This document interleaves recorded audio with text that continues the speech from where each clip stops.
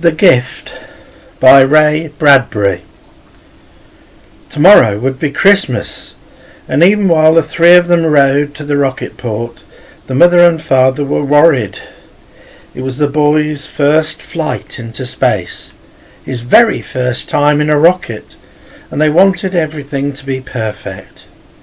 So when, at the customs table, they were forced to leave behind his gift, which exceeded the weight limit by no more than a few ounces, and the little tree with the lovely white candles, they felt themselves deprived of the season and their love. The boy was waiting for them in the terminal room.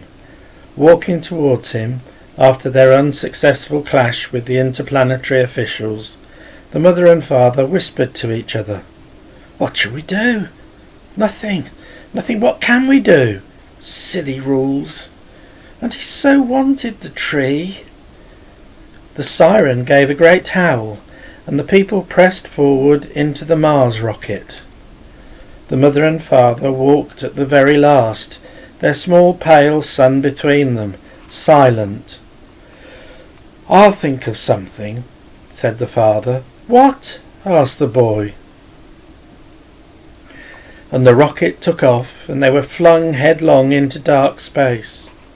The rocket moved and left fire behind, and left Earth behind, on which the date was December 24th, 2052.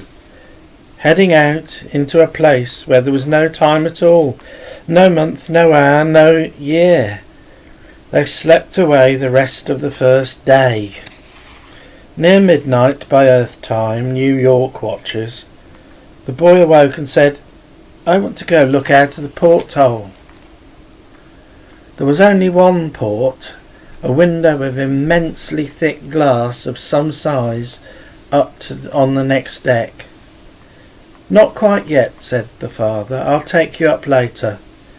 "I want to see where we are and where we're going." "I want you to wait for a reason," said the father.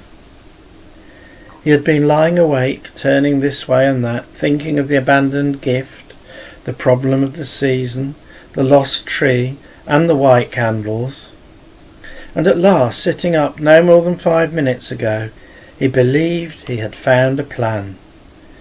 He need only carry it out, and this journey would be fine and joyous indeed. "Son," he said, "in exactly 1/2 hour it will be Christmas." "Oh," said the mother, dismayed that he had mentioned it. Somehow she had rather hoped the boy would forget. The boy's face grew feverish and his lips trembled. I know. Will I get a present, will I? Will I have a tree? You promised." Yes, all that and more," said the father. The mother started. "But—" "I mean it," said the father. "I really mean it. All and more, much more. Excuse me, now, I'll be back." He left them for almost 20 minutes. When he came back he was smiling. "Almost time." "Can I hold your watch?" asked the boy, and the watch was handed over, and he held it ticking in his fingers, as the rest of the hour drifted by in fire and silence and unfelt motion. "It's Christmas now. Christmas. Where's my present?" "Here we go," said the father, and took his boy by the shoulder and led him from the room, down the hall, up a rampway, his wife following. "I don't understand," she kept saying. "You will. Here we are," said the father. They had stopped at the closed door of a large cabin.